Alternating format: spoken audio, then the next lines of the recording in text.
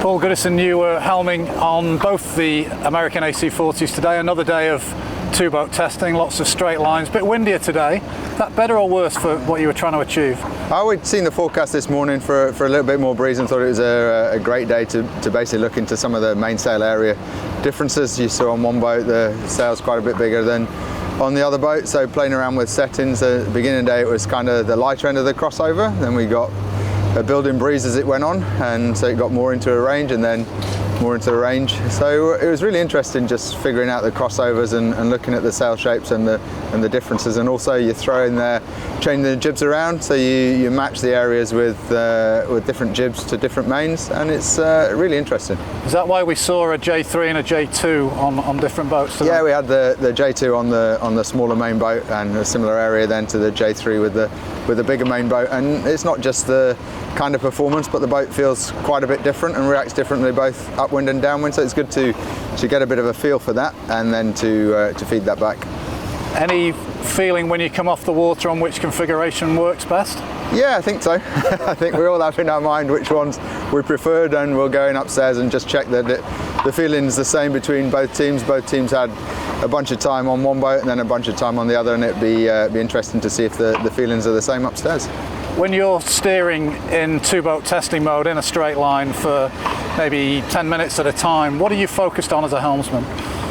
I think you just get in sync with the trimmers. Obviously we got 4 different trimmers, 4 helmsmen, so you're sliding around a bit, sailing with different guys, and half of it is just getting adjusted and tuned in with those guys, but then mainly on speed and angle and checking that you're on targets and performing as well as you can, and then just how you're going relative to the other guys. How are you measuring the data that comes off the boat? How are you capturing that performance data? Is it GPS data, or is there something more sophisticated? As you see, we've got a whole heap of things going on with the bits hanging off the side of the boat. We've got GPS data, and it's a good mix, but we almost to the point where you have so many, you're like, okay, which wind solution are we going to use today? How are we going to get the results that are going to mean the most? But there's a lot of work every night for the guys upstairs to filter through all the data and decide which is the most relevant and gain the best results from that. As sailors, do you ever get a surprise when you get the data presented to you that this was better or this was faster? I think usually it's well aligned, but like I mentioned, you have a couple of different data sources, and sometimes you feel in like, okay, this felt better, whereas another way of analysing the data might say something different. So we have to be very careful to draw the right conclusions and use the right data. Just looking outside the team for the last question, there's some chat around today that a couple of the teams will be seeing their AC75s in the next couple of months. Who do you think will launch first? My money's on the Kiwis, being as they announced it will be in the next 2 months, a potential launch date. So I think they'll be launching first, then it'll be interesting to see when the boats start coming out of the shed here in Barcelona. You think you'll see much difference, anything radical?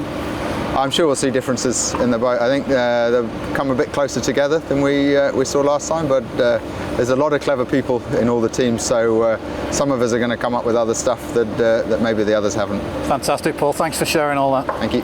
Just grab that microphone off you.